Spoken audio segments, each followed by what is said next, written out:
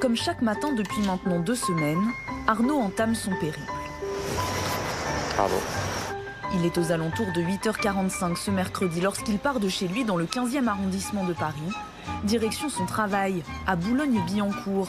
5 km, sans bus ni métro. Il me faut une demi-heure en métro, je prends la 10 à Émile Zola et la 9 ensuite. Et là du coup tout à pied et tout en vélo, mais bon, c'est comme ça.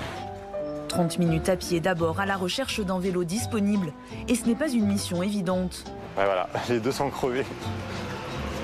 C'est pas la peine. Car depuis le début de la grève, les utilisateurs de Vélib se multiplient.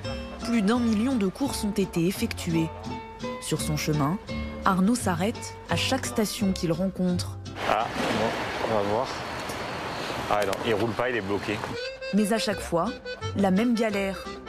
Il n'y en a aucun qui marche ici, clairement. Hein. De la trentaine qui aille. Ouais, mais tout est bloqué, ouais. Bon, mais je pense que je vais terminer à pied au final. C'est la première fois que ça vous arrive? Ouais. Ouais. Parce que normalement, j'arrive toujours au plus loin à trouver ici. Finalement, coup de chance, après 5 tentatives et presque 45 minutes de marche, c'est bon. Arnaud trouve la perle rare. Ça a l'air d'aller. Ou presque. Les vitesses, elles marchent pas bien déjà. Mais il faudra faire avec. C'est parti pour 20 minutes à pédaler. Vigilance maximum pour ce cycliste plutôt novice. Les gens, ils respectent pas du tout le code de la route. Ils disent c'est la grève, je peux rouler sur la voie de bus, voilà. Avec un peu de retard, Arnaud finit par arriver. Ouais, c'était pas évident aujourd'hui. Bilan, plus d'1 heure de trajet contre 30 minutes habituellement. Mais ça, c'est pour l'aller. Le soir, le retour est nettement plus chaotique, car il faut faire aussi avec les bouchons. 18h, en plein cœur de Paris. Le concert de klaxons a déjà commencé. À perte de vue, des embouteillages. En vélo, en moto ou en voiture, pare-choc contre pare-choc, tout le monde est à l'arrêt. Je connais bien les rues et tout, mais là, c'est... Même en deux roues, on passe pas, alors que d'habitude, je passe normal. Je subis les aléas, mais en même temps, il faut aussi que les choses changent. Donc bah voilà. Bah, je prends mon mal en patience, tranquillement dans la voiture, et voilà. Pas d'autre choix que d'attendre. Même si au volant, certains commencent à s'agacer et ont de plus en plus de mal à se contenir.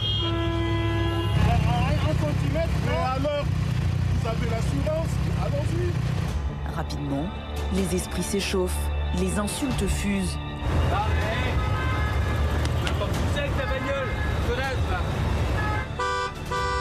Les conducteurs sont à bout de nerfs.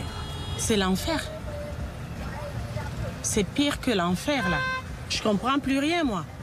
Ça fait 30 minutes que je suis sur place. Bloqué. À un moment donné, on n'est même plus énervé parce que ça sert à rien. Sinon, on allait devenir fou, sortir, taper les voitures, mais là... Certains tentent comme ils peuvent de faire la circulation pour essayer de se frayer un chemin. Moi, j'aimerais bien aller tout droit. On peut pas y aller tout droit, non? Moi, je veux aller là, il n'y a personne devant. Mais compliqué de faire entendre raison à des automobilistes excédés. Même les secours, police ou pompiers restent bloqués. Depuis 2 semaines, le nombre de kilomètres de bouchons enregistrés a doublé par rapport au trafic habituel, avec des records, jusqu'à 631 km certains jours.